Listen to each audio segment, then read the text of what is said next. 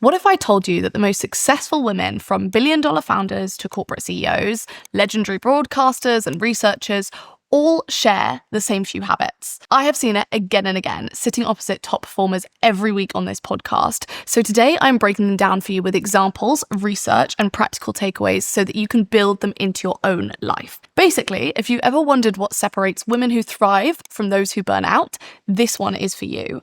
If you're new here, I'm Grace, the host of Working Hard podcast, and I release an episode like this every single Monday with the aim of improving your life in some way. So if that sounds like your bag, hit the subscribe button below, and I promise that is a habit worth sticking to. It will be where you need it every single Monday.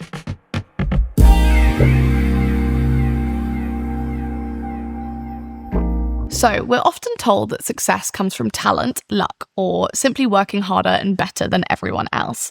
But in reality, the women who rise to the top are not superhuman, and they certainly don't live perfect lives. I would say, firstly, it is very important to acknowledge that privilege, whether that is financial, emotional, or social, can play a huge part in determining your path to success. These are factors that are out of your control. But over the last few years of doing this podcast, I've also noticed that there are, without a doubt, some key habits that you are in control of that can make a massive difference to how you live your life and where you end up, no matter your starting point. The truth is that what you do every single day matters far more than what you do once in a while, because success does not come from rare flashes, but from the quiet discipline of showing up, following through, and also being able to protect your energy and your mindset when that matters. So with that in mind, let's get into the first habit that all of these women share. Number 1, they protect their time like it is money. A few years ago, someone said to me, time is a non-renewable resource, and I've never heard it put so neatly.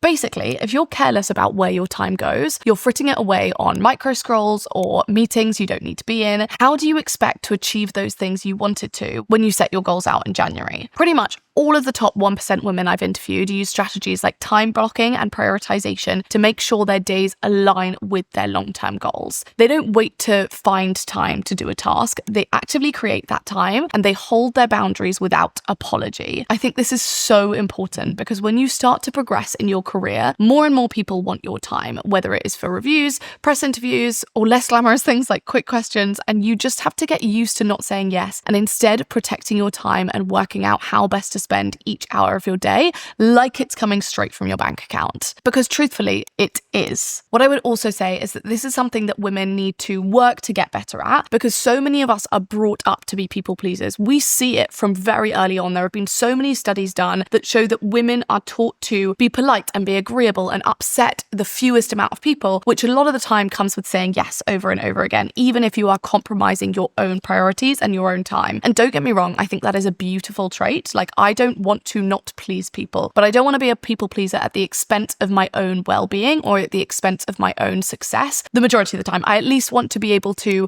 control certain aspects of it, so I'm not always saying yes to things just because I feel like I would upset someone else if I did. Now, on to number 2. So the truth is, perfectionism is often just procrastination, but it's wearing a very expensive disguise. Perfectionism often feels very productive for a lot of us. So saying something like, oh, I'll just tweak this deck for the 6th time. But really, a lot of the time you're just stalling actually having got it done, sent it off, whatever you needed to actually do with that project. I would really say that the most successful women that I've met do not sit around waiting for the planets to align before they make a decision or before they finish a task. They seek clarity, not perfection, and they seek getting it done rather than doing it perfect. They ask the so-called stupid questions, they make the call, and then they figure it out along the way. They know that progress beats perfection every single time. And honestly, you might find this a harsh blow, but nobody ever became CEO because they color-coded their Google Drive instead of doing something else. I will say the caveat to that is that staying organized and being organized and whatever you need to do to stay organized is incredibly important and will absolutely contribute to your success. I personally have a color-coded Google Calendar, but color-coding that Google Calendar does not take away from the time I need to be doing other things, and it is not something I use to procrastinate other things that actually need to move in the right direction. The same with getting projects to a point where they are 99% or 100% good. What I have learned so clearly in the past year, especially at the stage I'm at in my career now is done is so much better than perfect, and 80% good and done is so much better than 100% good and not done,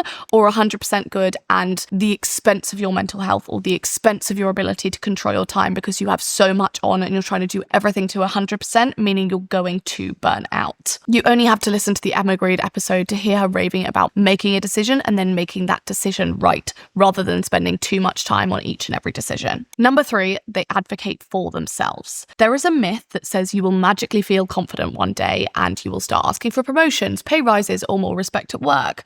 This is completely wrong. Confidence does not come first. Advocacy does. You build confidence by asking for what you want, even if your voice shakes, or even if you have to ask for that meeting over Teams because you can't face asking for that meeting in person. You're still going to go there, you're going to show up, and you're going to say what you need to say. The most successful women are not sitting around waiting to be discovered or waiting to be handed something that they know they deserve, like they're in some kind of professional X factor. They say what they need, they negotiate, they push back, and yes, they say no. Not because they're rude, but because they know their time and energy are non-refundable. And if you struggle with making opportunities for yourself, I would highly recommend listening to episode 123 with Irene Agbontane. I think she might be the best self-advocator I've ever met, and I learned so much from that. You really just have to remember over and over again, people aren't going to go out of their way to give you what they need. They are concentrating on themselves, on their own career, on their companies, on their responsibilities. You need to be able to advocate for yourself. And sometimes it's going to end up with a no, but it's definitely going to end up with a no if you never asked for it in the first place. Now on to number 4. This one I would say is less sexy, but it is maybe the most important. Every time you follow through on a promise to yourself, whether it's showing up to the gym or sending an email or finally doing your expenses, you are proving to yourself that you can be trusted because you did what you said you would. And that is the foundation of real confidence. I have said it before on here, but motivation is flaky. Motivation is that friend who cancels brunch 5 minutes before because they are tired. Consistency, on the other hand, is the reliable friend who shows up rain or shine and you know you can always count on. Successful women know not to rely on motivation. They rely on the evidence that they will keep showing up for themselves because they do that time and time again. And you cannot just make this happen out of nowhere. You cannot believe that you are a person that is trustworthy and have that self-confidence that comes with being a person who sticks to their word if you don't stick to your word. If you are not committing to things time and time again that you said you would and actually doing them,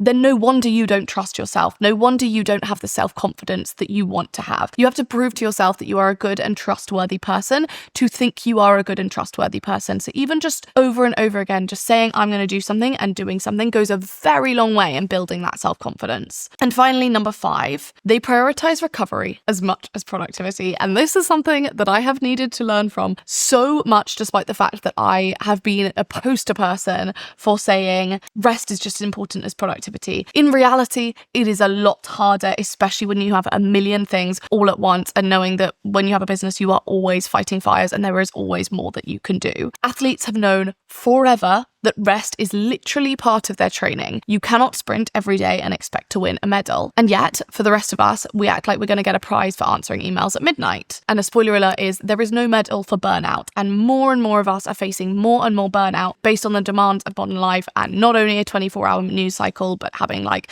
an every single second news cycle from all of our friends and everything on social media. It is so much easier to get burnt out now because we are spending a lot more mental load on all sorts of things outside of work as well, and being expected to and often wanting to uphold careers and often still being the primary caregivers, etc., etc. So we are far more susceptible to burnout and we need to act accordingly. The women at the top know that recovery isn't self-indulgent. It is a strategy. They schedule downtime the way they schedule meetings because you cannot give your best ideas, your best leadership, or your best self if you are running on fumes. Successful women treat rest like fuel, not as an afterthought. It is something that has taken me a very long time to learn, but I would say after I've heard it time and time again on this podcast, it has finally clicked for me this year, not least because I have felt the effect of not listening to that and instead just had to build it in. Otherwise, I'm not going to be able to do this career for 10 years, let alone 40 more years. Okay, so let's get into it. How do we actually put these habits into practice? Number 1, track your time. I really recommend auditing your calendar for a week. So where are you spending energy on things that don't serve you?